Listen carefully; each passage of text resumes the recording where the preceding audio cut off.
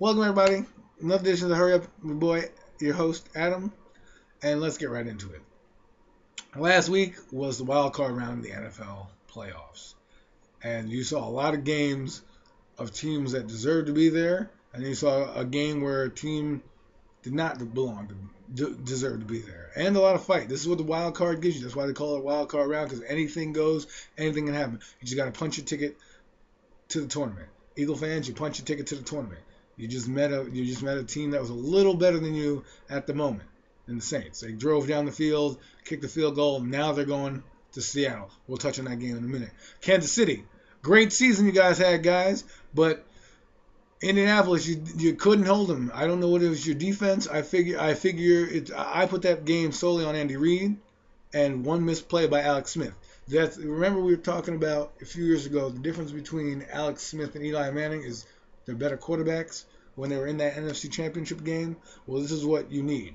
Alex Smith is a good quarterback. He's not a great one.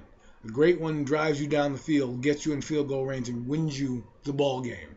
Whether or not your team has given up the 30 points, 40 points, whatever it is, doesn't matter. So good job, Kansas City, but you're out of it. Indianapolis, they're a scary team. That brings me over to the other AFC game that was played last week. The Bengals. The Bengals, man, you shouldn't even have shown up. You didn't show up.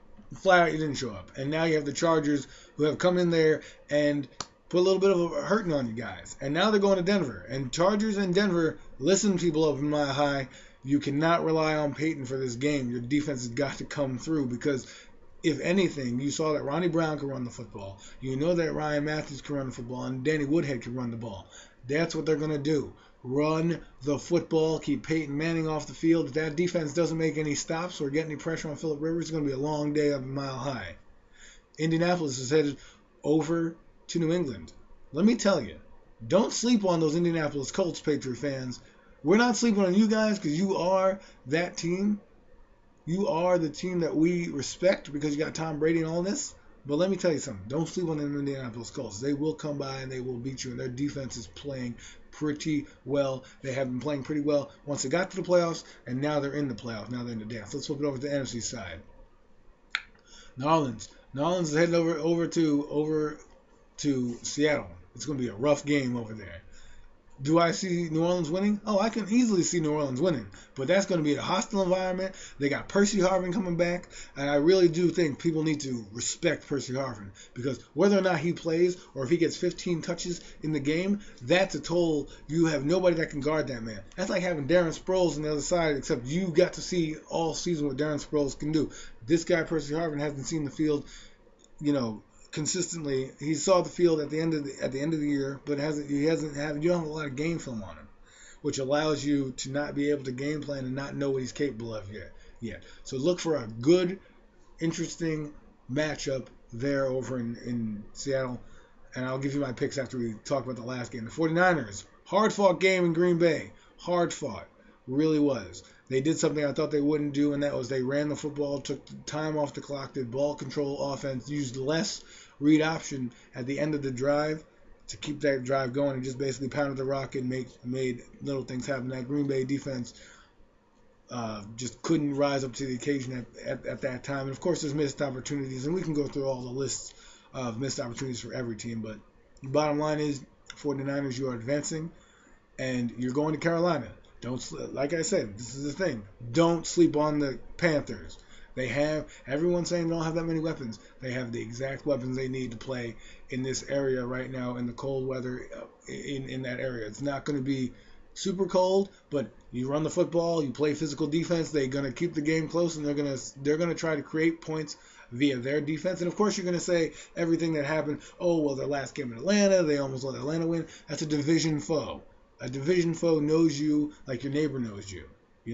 There are certain things that you can do and not do against division rivals. I do know the 49ers did play Carolina, and they did lose 10-9. Expect the same kind of score. Expect the slugfest. And expect a few new wrinkles from both teams. It should be a fun game. These last 4 games are going to be fun games as you get into the championship games and start to gear up for the Super Bowl, which will be played over at MetLife Stadium, which should be a lot of fun especially if it's like a blizzard outside.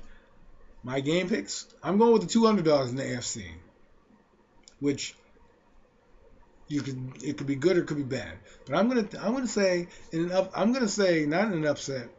Chargers are going to the AFC Championship game, and they're going to go over to Lucas Oil Stadium and play the Indianapolis Colts. I just said that. I put that on the record for you guys.